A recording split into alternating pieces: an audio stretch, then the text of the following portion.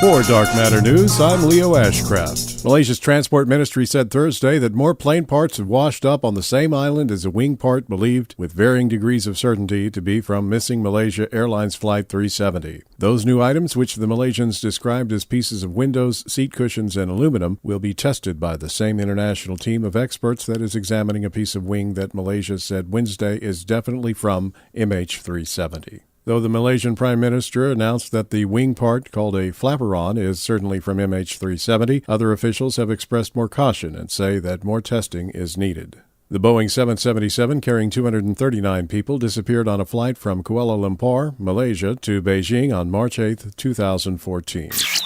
Scientists have just found the biggest thing in the universe, a vast, mysterious ring 5 billion light-years across. It's so big that the researchers have no idea why it exists, and it contradicts all current models of the universe. The vast, mysterious object is reminiscent of the halo rings in the hit science fiction game series. The ring of 9 vast, cataclysmic explosions is about 7 billion light-years from Earth and covers an area of sky more than 70 times the diameter of the full moon. Each of the gamma-ray bursts releases as much energy in a few seconds as the sun will do over its 10 billion-year lifetime. Gamma-ray bursts, the most luminous events in the universe, are thought to be the result of massive stars collapsing into black holes. It challenges current theories about the makeup of the universe, which sets a theoretical limit of 1.2 billion light-years for the largest structures. The team now wants to establish whether known processes of galaxy formation and large-scale structure could have led to the ring's creation. If this proves not to be the case, astronomers will radically have to revise their theories about the evolution of the universe.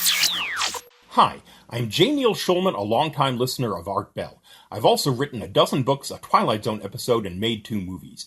My first novel, Alongside Night, came out in 1979 with a book endorsement from Nobel Prize-winning economist Milton Friedman, who praised it for its disturbing resemblance to past history and future possibilities. Many others, including Glenn Beck, Ron Paul, and Alex Jones, have celebrated my novel for its futuristic vision of America collapsing from too much government. Now I've put my novel on the screen as a futuristic action movie. It stars Kevin Sorbo, TV's Hercules and star of God's Not Dead. To see a vision where freedom's not dead, buy the 3-disc Blu-ray DVD combo pack of my movie Alongside Night. It's $16.95, including shipping and handling. You can buy it online right now at area51movies.com or after 9:30 a.m. Eastern, phone 800-527-2375. Again, buy online now at area51movies.com or after 9:30 a.m. Eastern at 800-527-2375. Thank you. Got news tips, questions, or comments? Visit darknewsmatters.com. Crime sentencing has long been based on the present crime and sometimes the defendant's past criminal record. In Pennsylvania, judges could soon consider a new dimension, the future. Pennsylvania is on the verge of becoming one of the first states in the country to base criminal sentences not only on what crimes people have committed and been convicted of, but also on whether they are deemed likely to commit additional crimes. As early as next year, judges there could receive statistically derived tools known as risk assessments to help them decide how much prison time, if any, to assign. Centuries after raging millions, the plague has come to modern-day Colorado, leaving a devastated family behind after their loved ones succumbed to the disease. The Pueblo City County Health Department announced Wednesday that an adult had died from the plague, a disease that has a long and sordid history, albeit not one typically associated with modern times or developed countries like the United States. The agency said in a press release that the individual may have contracted the disease from fleas from a dead rodent or animal. It's the first such case of someone in Pueblo County contracting the plague since 2004. A dead prairie dog in the western part of Pueblo County is the only animal thus far confirmed to have the plague in the immediate area.